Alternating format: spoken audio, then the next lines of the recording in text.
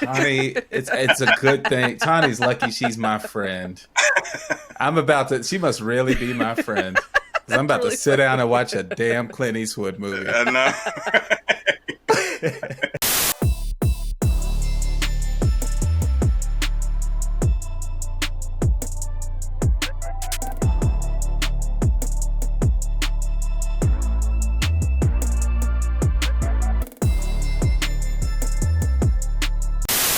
Hello, welcome to Your Favorite Movie is Racist. I'm Chris, I'm Tawny. I'm Miles. and we are two blacks and a Mexican here to give our non expert opinion on movies that we really love. This is a show where we re examine a lot of movies that really we consider to be some of our favorites, that a lot of people consider to be classics. And we just have a little bit of informal dialogue about whether those movies still hold up in 2020 and whether some of the problematic aspects of those movies can be forgiven in favor of their greatness. So today we're going to be talking about the good, the bad, and the ugly. This is a 1966 film by Sergio Leone starring Clint Eastwood, Eli Wallach, and Lee Van Cleef. This movie is the oldest movie we've done so far, and it's a good one. So we're going to talk about what's good, bad, and ugly about the good, the bad, and the ugly. I was waiting on that. I was expecting Yeah, that. that is a required pun. You Or have what? to. Yeah, I mean, come on. But I promise we won't do that anymore. We're sorry. Um, If you didn't do that, I would be like, are you even American? like, what are you doing? What's great about the good, the bad, and the ugly? I just want to put this out there right now. I'm the one who suggested that we watch this movie, and I want to take full credit for that at this moment. It's fucking amazing. It's a beautiful movie, and I've watched it. I've sort of had it on in the background, like at night after my kids go to sleep, because it's a I don't want to say a slog. It's a trek. You know, you really gotta like hunker down and commit to watching the movie because it's long and it's one where you don't want to like zone out and miss the aesthetics, you know. And I think you can do that with some movies. There's some movies where you just really don't need to pay attention to everything, but this is a movie that you want to make sure that you're catching everything. And I don't even want to say too much about what I love, because one of the things that I love most is how much you guys enjoyed watching it. It makes me very happy. Like, though I will say, and I'm just gonna steal this a little bit. The one element that I want to bring up out of multiple elements I could have talked about for what I love is the score. I I played so I watched it like in three parts, like 1 hour each night. I played the score the other day just on my computer, and it was like from I think it's some like a remastered version, and I played the Ecstasy of Gold, like the scene at the end with Tuco running through the graveyard, and I like caught chills 15 different times to where I was just like, stop it. It was too much. I was like sitting there just with goosebumps, the whole score is like, it's brilliant. Each of the three, the good, bad, and ugly, they have their own little sound. Like the ah is supposed to sound like coyotes. Like, it's fucking brilliant. Like, hands down. I don't know if it's the most brilliant thing about the movie, because there's lots of brilliance there, but it's the one that I think I was most excited to talk about. So I'll stop there. Yeah. That was the thing that I actually was gonna highlight as well. I'm sorry, Miles. Wow, Tony. No, I Wow. know, just steal my whole thunder. But no, I'm sorry. the score in this movie is amazing. Like, it's one of those things where it's like, I can't remember if you said something about that, Chris, about like, you don't know the good filmmaking or something about not noticing things in the film. Yeah. Like, um, the film in this movie, I mean, the score in this movie is noticeable, and but that's a good thing. Like, Yeah. it totally like lends itself to the scenes that, like, I don't know, it just like enhanced so many scenes that I was watching. I was like, dude, this, I got like maybe, because I watched it in three parts too, because I was like, shit, this is a long ass movie. Like, I didn't realize it was, I didn't even, when I first put it on, I didn't look at the time of how long it was. I just put it No. on and I was watching. I was like, damn, I was like, I've been watching this for a while. And I looked at the time. I was like, that can't be right. Like I had been watching over an hour, and there was like that red bar on Netflix was like maybe not even it wasn't Right. even close. I was like, damn, all right, but it's it's one of those movies that's long, but I think it needs to be as long as it is. I feel like because I can't really say what I would cut out of the movie. This is one of those movies, like I said, it's extremely long, but it's long with a purpose. Like I don't feel like I would cut anything out of this to make it shorter, just for it to be shorter. I feel like everything that's in there is necessary. And then just when I felt like, man, this movie is kind of long, there's a scene that will happen where I'm like, well, damn, this it just like got good again. Like not that it was lows, it's just was there's moments where there's things happening and you're transitioning from one thing to another.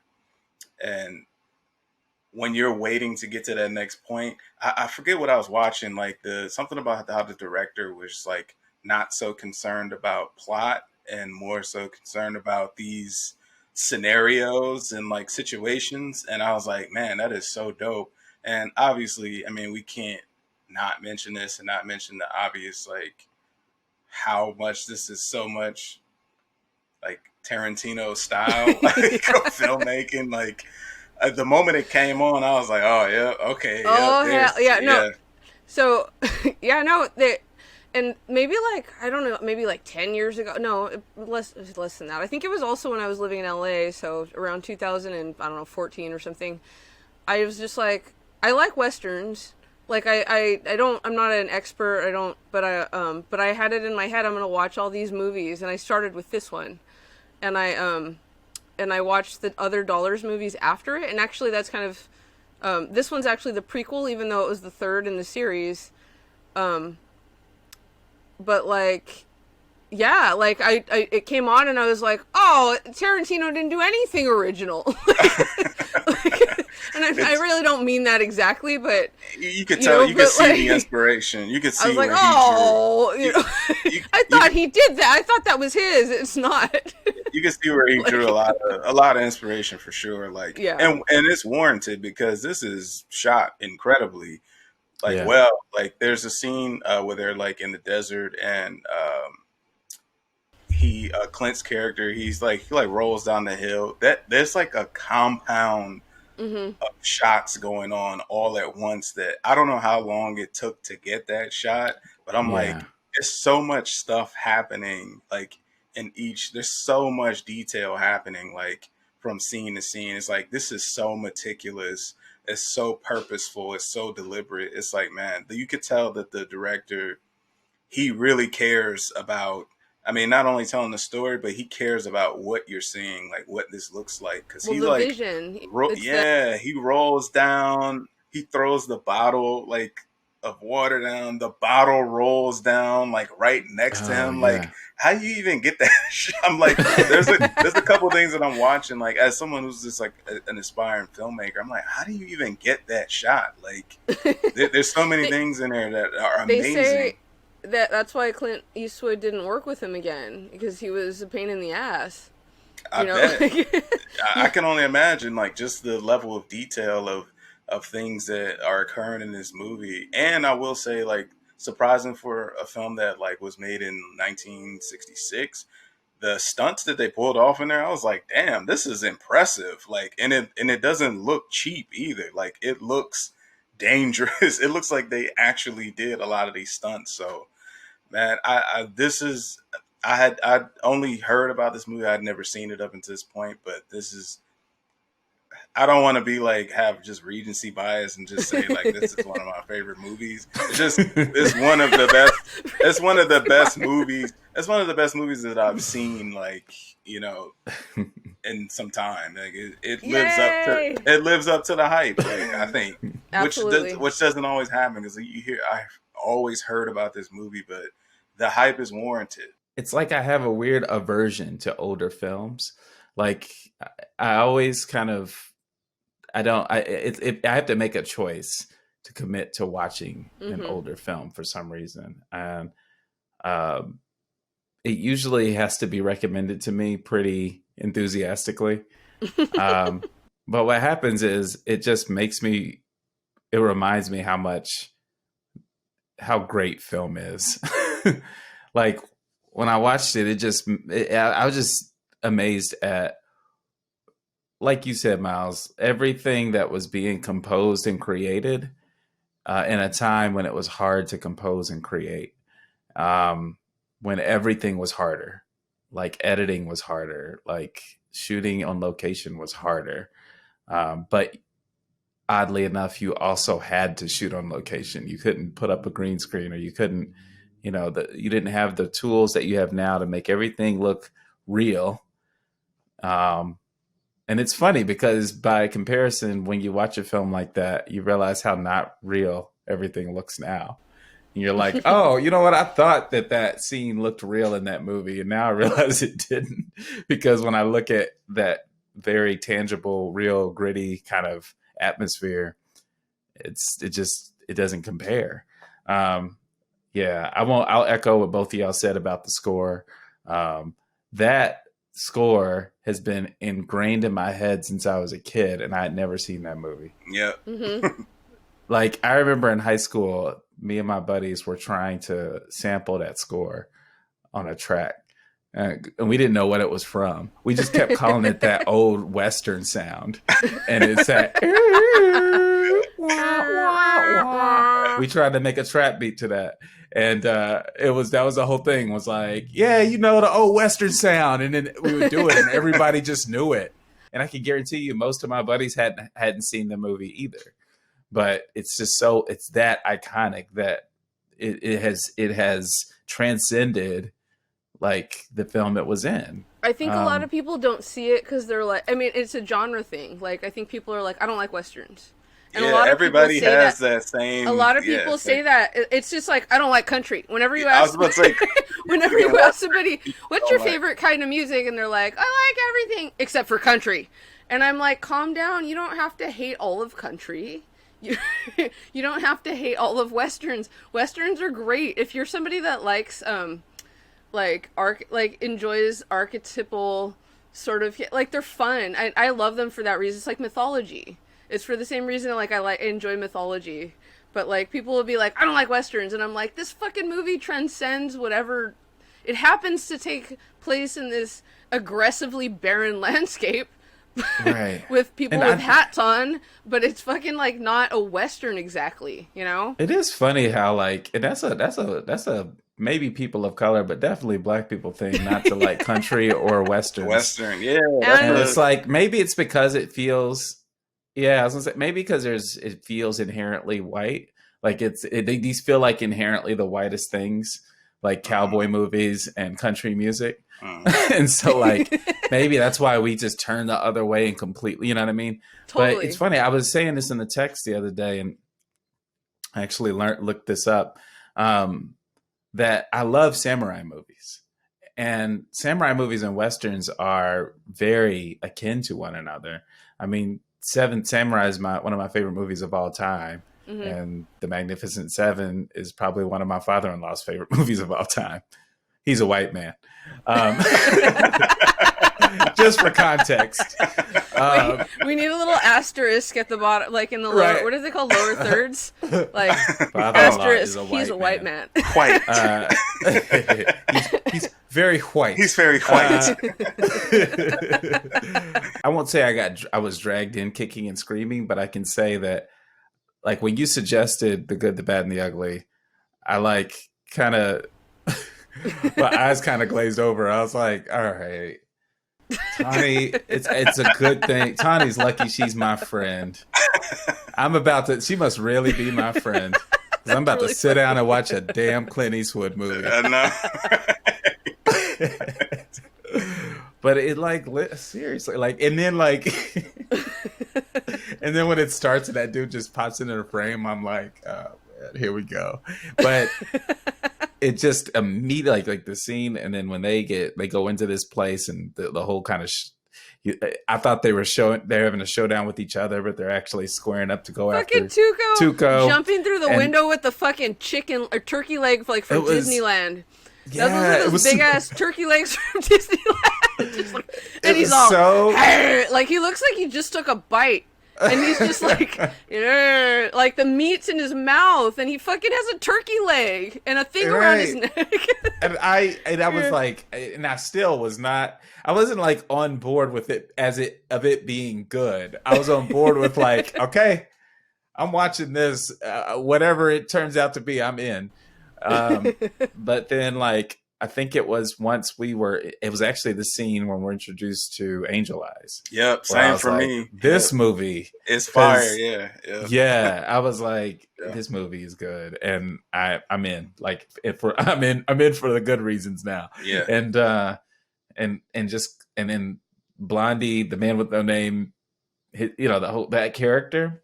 We had that text exchange, and I was like, is Clint Eastwood a good actor? You know what I mean? And I know that sounds crazy. I mean, I don't know. Maybe it doesn't sound crazy, but it just for me was like, man, like he's playing like, especially that whole scene when Tuco has him walking in the desert and he's under serious duress, but he's still being so Clint Eastwood about it. Like he's still just, you know what I mean? And I'm like, Looking if this was a handsome. my You know. yeah, if this was all right, right, right. Uh unflappable. You I know what know. I mean? And I but it was just like, this is a in my head, I'm like, if you had like, I don't know, like if you had like Michael Fassbender in this scene, it would be so like, you know what I mean? He would be like All method and shit. borderline weeping and would be like, you know what I mean? Yeah. And it would be like, man, it would tug at your heartstrings.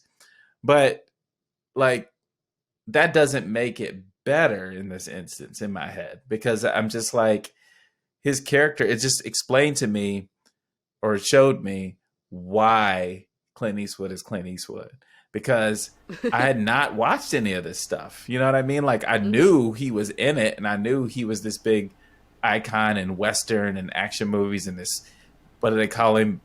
Definitive masculine, figure or whatever.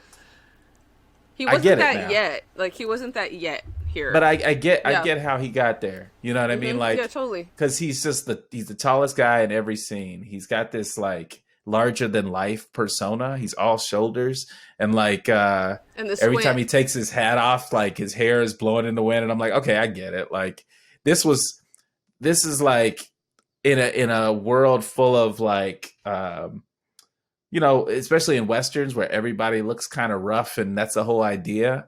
Like he looked rough, but also looked like, it's like Chris Hemsworth, how like, people talk Yeah. about when he walks into these movies, he just looks like a different person, like a Species. different Yeah. entity. Yeah, Yeah. that's what that is. I'm like, I Yeah, get it. I mean, I it's get like it. the definition of like ruggedly handsome or whatever. Right, Like right. he's like that. But he works like well in this because I don't particularly feel like he's a phenomenal actor by any stretch. Like, but I feel like he works really well in this film, and he almost is like pulling a Ryan Gosling the whole time, or I guess Ryan Gosling is pulling a like where he just has the look the whole time. Like he just has like he's doing a lot of face acting, like most of Yeah, like yeah. most of the movie. But it works because That's a good comparison, actually. Like Ryan Gosling and like Drive yeah, it's like is he's probably a throwback to Clint to Eastwood. Clint Eastwood, yeah, in a lot of different ways because he does again. He's just like a master of like face acting, He doesn't have to do like much. He's almost like made of stone. it lends itself to the character, like because his character is sort of unbothered by a lot, like and like his he plays that well. Like there's a lot of chaos going around, and he's just cool as a fan the whole time. Like Yeah, he gets yeah. caught. Like even when Tuco catches him later, it's just like all right. Like And he's people get that yeah about him. They yeah. Mm-hmm. understand that about him. Like Angel Eyes knows that torturing him won't matter. It won't matter. Exactly. Yeah It's such a, Yeah. you know, and but then there's also these moments where he gets opportunities to express enough humanity to bubble above the surface, It and comes it matters more. yeah, it happens gradually. Like, you know, like it I think like when I first watched this, I was like, why like at the beginning, like, why is he good? He's fucking just killing people too. Like there's not anything, you know, that's the I was thinking the same but thing. that's the point. Yeah, Like that's the point is yeah. that we're in a lawless like, and I mentioned Apocalypse Now to you guys, like that that's he's like drifting through this like lawless Heart of Darkness scenario where there's not a moral center. And I'm sorry, I know fucking Heart of Darkness is racist as fuck, but like Apocalypse and so is Apocalypse Now in some ways. But there's something to that. There's something to a character like that being sort of a, and it like I think years later Sergio Leone like sort of subtly dissed him, and he's like he said something like he's like a block of stone that moves through the picture or something. Like he was comparing him to Robert De Niro, who's like, you know, more like Michael Fassbender or yeah that character. Yeah. But yeah. but like that's exactly who that character is, and that's exactly who he is in the other movies too.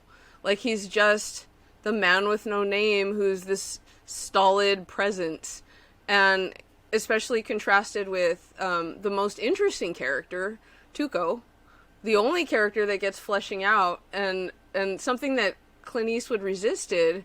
I was reading like he was fighting for a higher salary. He didn't like sharing the movie with him, especially, and he didn't like sharing the movie, and I'm like, I can see why. Like Tuco's such a better character, and Clint Eastwood becomes sort of the backdrop almost for this very interesting story about Tuco the Bandit. Yeah, it's a good like they're a good pairing though. Like it's the juxtaposition of their personalities works perfect. Like it sort of wouldn't make sense if like Clint Eastwood's character had more to do. Like it sort of makes sense that he's very stoic and just sort of the quiet assassin type of guy. Like he doesn't say much, but there is some level of humanity that's developed. Like when the soldier's dying, like at the end, and he gives them the cigar, and it's like, oh damn, that's a great scene. Like and like so there is depth somewhere in his character. It's just a lot more subtle. He's more of a subtle character anyway. Tuco is this very flamboyant, like over the top like character, which makes him fun, but like I feel like they're a good parent for sure. Like their relationship is excellent. The man with no name. I was just thinking about this when he was talking. He's the player character in a video game. He's Link in the Zelda games. He's like the vessel through which we're experiencing this, and you get just enough of who he is to be able to kind of um, understand what he's thinking, but not enough to make him less cool. Yeah.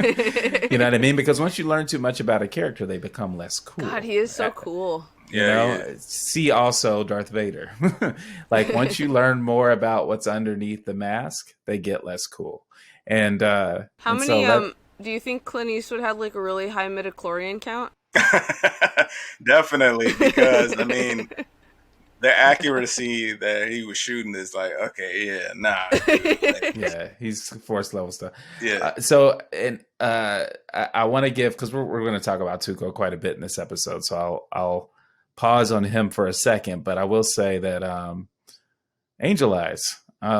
Such a badass character, man. Yes, What like a great face. What a Yeah. great, Yeah. perfect face. exactly. For And it was that funny role. because Jamie didn't watch this one with me because she grew up watching westerns and she just has a weird She's like traumatized. aversion to them now, right? Yeah. She's like because her dad subjected her to all this, and but she couldn't really remember this one. But I was going into Netflix and the picture at the time, Netflix like rotates out different pictures for movies.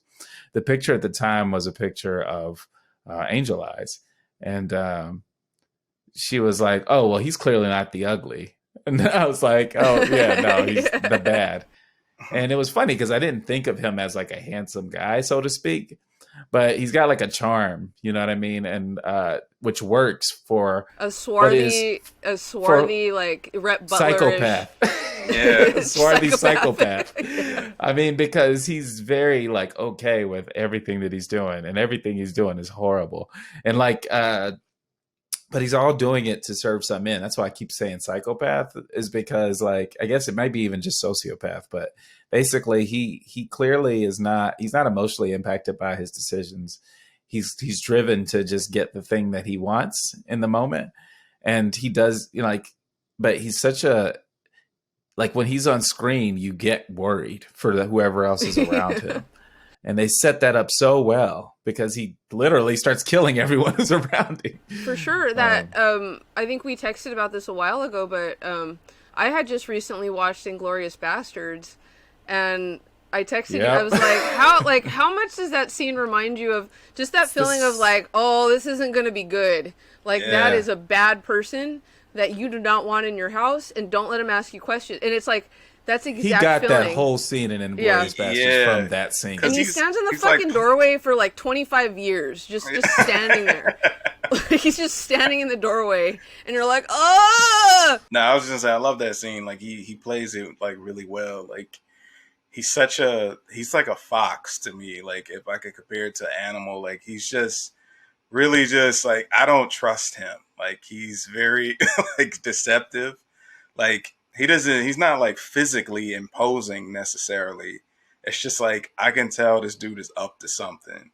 If Ryan Gosling in Drive is the new iteration of Clint Eastwood, I would say that Daniel Day-Lewis in There Will Be Blood is what came to mind when I look at Angel Eyes. Yeah. Because he just has this menacing kind of charm.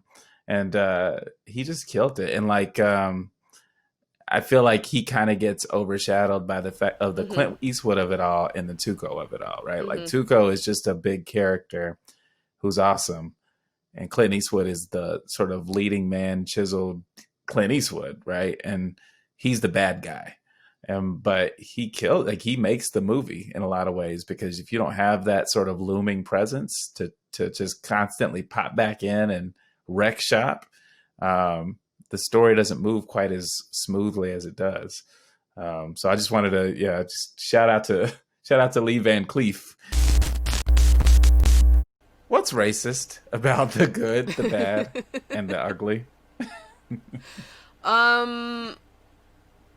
You know, we talked a little about brownface in our opening episode. I mean, that's what it is. It's just the what it feels like, I guess, and to our 2020 sensibilities, when somebody who's of color from an underrepresented group is played by somebody who's white. and Eli Wallach is not, he's not a WASP.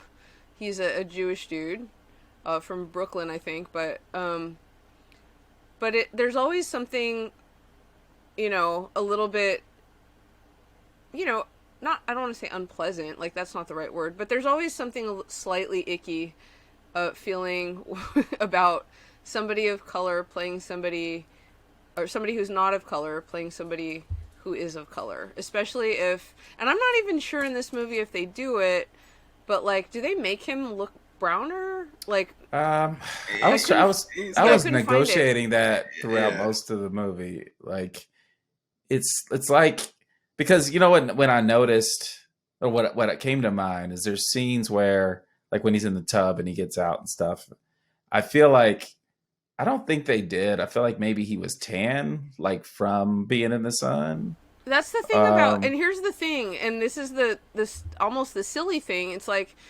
Latinos come in every shade. Like there's not even a great reason to make somebody look browner unless you're trying to like signal, danger. Brown equals danger. Brown equals, unless you're attaching a meaning to the brownness. Like Latinos, there's white, blue-eyed Latinos. There's black Latinos. There's like, we look like everything. And so there's not, like, if you're trying to establish, even Mexicans, like, who are, not Cuban or not Puerto Rican, but there's black Mexicans for sure. Yeah. Um, It's an so ethnicity. Yeah. yeah, there's not a great reason to have to make somebody darker unless you're signaling something with the darkness. And and and I'm fully like, and we'll get to this, but um, he's an Italian director. He worked with Italian and the other movie is Italian speaking and Italian nationals and Spanish, a lot of Spanish soldiers in this movie. And I can't tell. I mean, and those are two sort of cultural groups who are a little bit brown anyway, so I can't tell. Like, is it brown face? I don't. It's weird. I would say there's scenes where he definitely looks a little darker than like is natural, maybe. And I Yeah. don't know, like it's tough to tell with this movie because of the setting. Like it's really gritty. Like they're out in the desert. It's hot.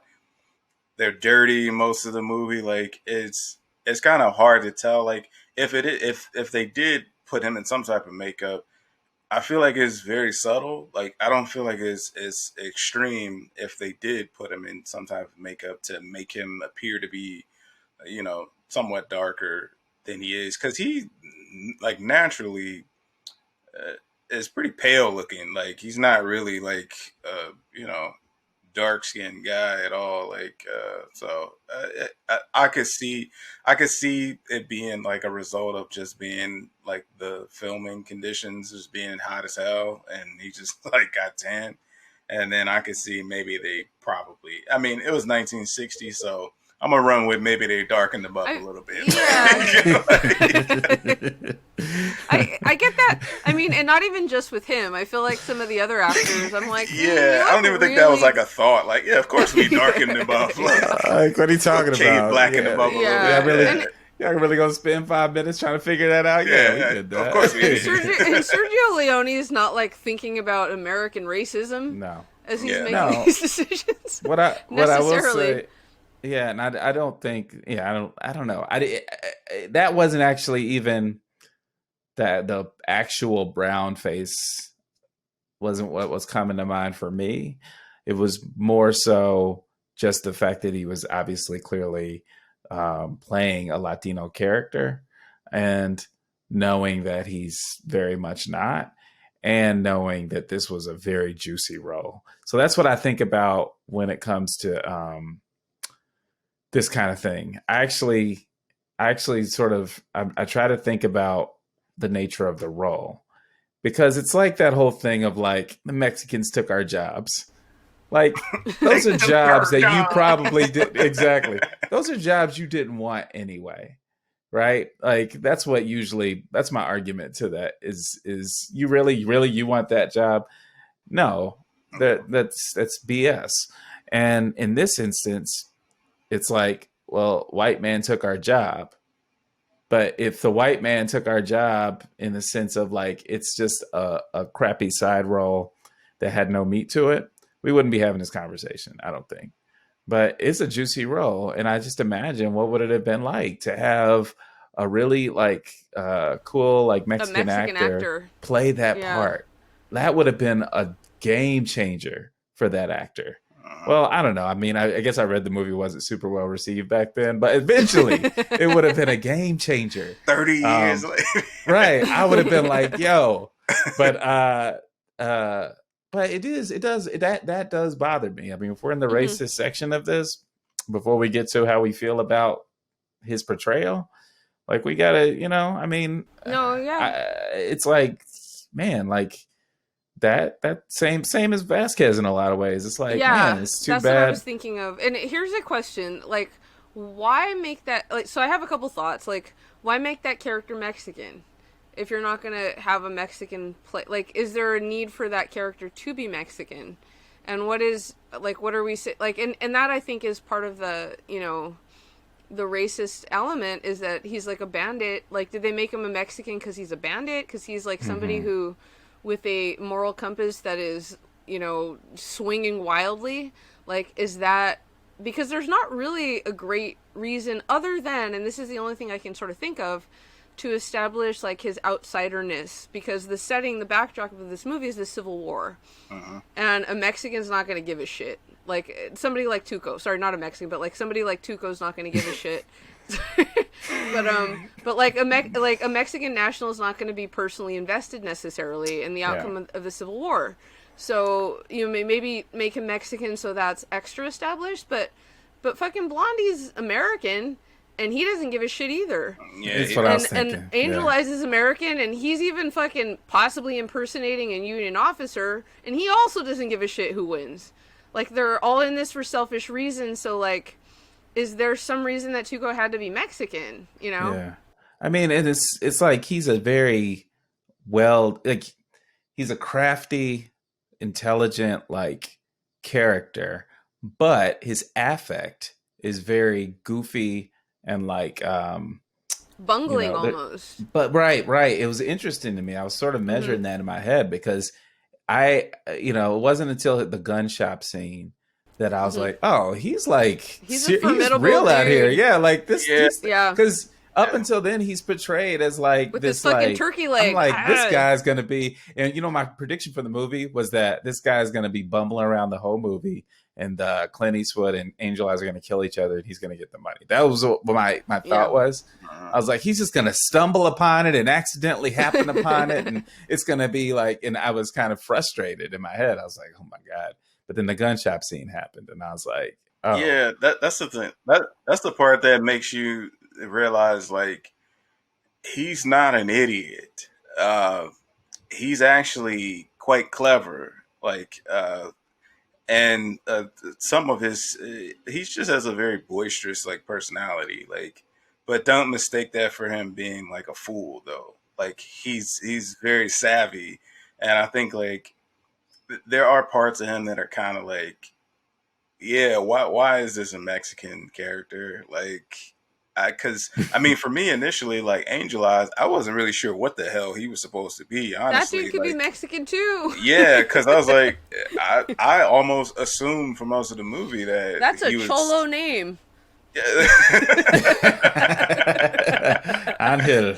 That's a cholo ass like gangster angel. Orale, Angel Eyes, like that's like a cholo name. But he doesn't look like he doesn't look white to me at all. Like, me watching this movie, I'm like, I assume like, oh yeah, he's Mexican too. Like, I assume most of the movie. He's very it's unclear. It's like, well, maybe was he? I don't know. Like, I can't really tell like what the direction was for like his character specifically. But it's like, okay, well, why the choice to make Tuco Mexican? And I mean, I guess the setting like makes sense. Like, I would assume, I don't know where they are, in terms of like, did they say exactly? No, I was actually thinking about, I know it's fucking filmed in like Spain and Italy, like in the desert, but like I'm like, it's gotta be like Texas, because like, yeah, so it made me so for that, so I suppose for that like reason, the setting, I could buy there being Mexican characters in this movie if it's taking place in Texas. There's a lot of like I don't know how many people I've met in my life that when I lived in California that were Mexican that were from Texas. So that's not uncommon that there would be like a huge population there. So I suppose if you're looking at the setting, okay, yeah, maybe this character could be Mexican. It's just like some of the decisions that they make, like as the portrayal of a Mexican character is like, okay, I mean, like, right? I got, yeah, he's like, okay, like, I mean, why is this character the most like over the top? Right.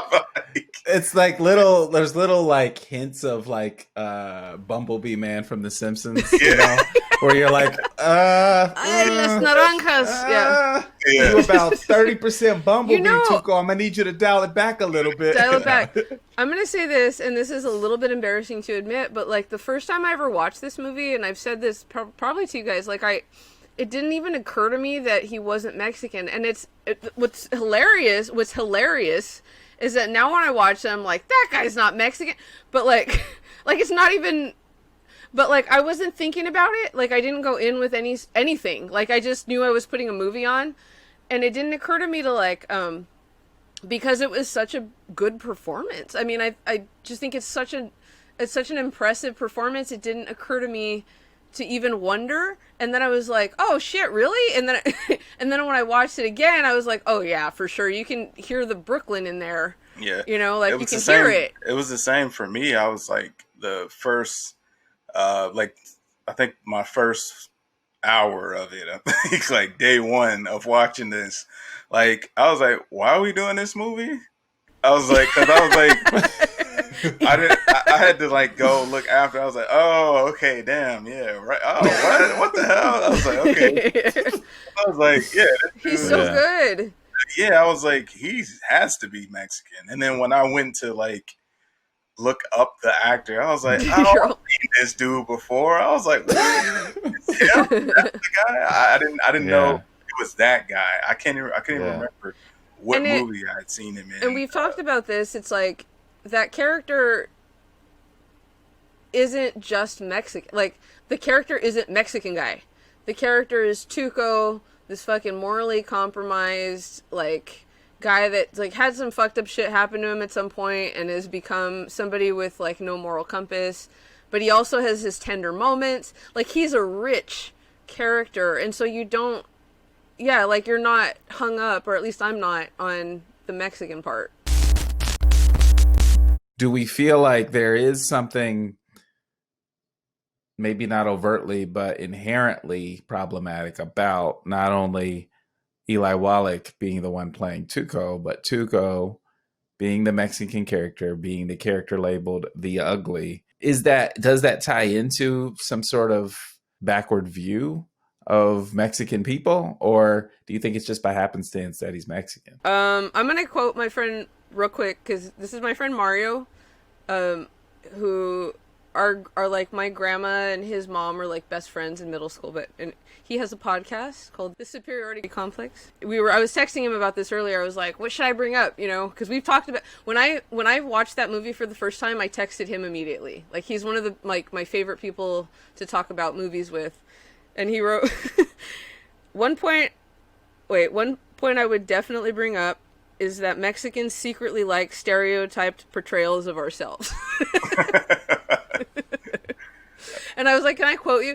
And so, but it's just this thing of like, maybe it's that being thirsty for representation piece, but I just feel like this character is such a beautiful, fully fleshed out, and even subversive in that he is presented as the ugly, which is like, that's the last thing you want to be if you have to be any of those three. He's the heart of this movie. And I think that's something that was deliberate, and I wish it would have been wonderful had this been played by like some up and coming Mexican actor, but I cannot fault the performance. And it's so respectful, and you're not thinking like that's a Mexican. It's like it's Tuco, and you know the Mexicanness doesn't. But again, maybe in that like subversive way, like makes it a richer character. So I am fully prepared, and I don't think I think going forward in history, like nobody should ever be hiring white people to play people who are like overtly people of color anymore, like especially with representation issues. In some utopian future, maybe we can go there. But I'm prepared to give this movie a full pass. I mean, yeah, like it. And it's the same way. Like it's like same thing I said. Like uh, with aliens, it's very similar. Like it's the same case where it's like, well, whoever wrote this, like clearly it didn't feel like demonstrative like towards like Mexicans. Like even though like there's a lot of things like there are a lot of like stereotypes that they obviously play into like in his portrayal. Like there's a lot of depth that again it makes me question like where the mind is of the creator of, who's writing this story. It's like, well, I could just immediately say like, oh man, that's offensive. But when you look at like the level of care that's put into like what they do with the characters, like were they trying to be offensive? Because I don't know anybody that I mean I don't know what happens behind the scenes of of a film, but I don't know if anyone's ever trying to be offensive. I don't know, like maybe that's the case, but I don't know if there's any director that's deliberately like, man, I want to make Mexicans look stupid as hell in this. Like what? Okay, he clearly That did. does not appear to be the case here. Like, it does Yeah. not. Like, there's no. I don't pick. Clearly Maybe seems I'm. yeah, Yeah. that clearly seems like the last thing on this director's mind when you look at all the details that he puts into everything else. He clearly is not trying to make an offensive Mexican character. Like, I think he's trying to create a character that's interesting. And he is, and he was successful. The character is interesting from beginning. He's the most interesting character there. And not because he's stereotypical, because he has layers. Like it's that's what makes him interesting. So I 100%. I'm not Mexican, so I can't speak for I can't speak for that group. But for me, like obviously, like that sounds so liberal. Like I decide how offended Right. like to be by this. Like but like no, I don't feel like it's trying to you know show like shine like a negative light on like that It doesn't feel specific group. derogatory It at doesn't all. feel like that. So 100% for I as long as this movie is like I'm going to watch it again. I am going to watch it again. Yeah. Well, okay. So for me, I like, okay. Well, what I will say is yes, this is, add this to the 3 hour movies I will watch again. Um, and it's a short list. There's The Godfather, Godfather 2, this, and Seven Samurai. Like, I won't even sit and watch Endgame. I mean, I liked it, but like every time I'm reminded it's 3 hours, I'm like, nah, never mind. But this, uh, I'm watching this again. Um, Now here's what I'll say about Tuco. I do think I don't think anyone was setting out to be racist or do anything offensive. You know what I mean? That would be silly in this context to even think that. But what I'll say is I wonder if when writing the script, when capturing this character, they were like, oh, this guy's going to be a bandit and he's going to be like this kind of really crafty kind of character who is going to sort of be able to weasel his way in and out of different situations. He's going to like hold his own on this journey. We're going to learn more about him. Ultimately, like he's going to have this interplay with these other two people. This is the ugly character. And then I think the choice was made to make him Mexican.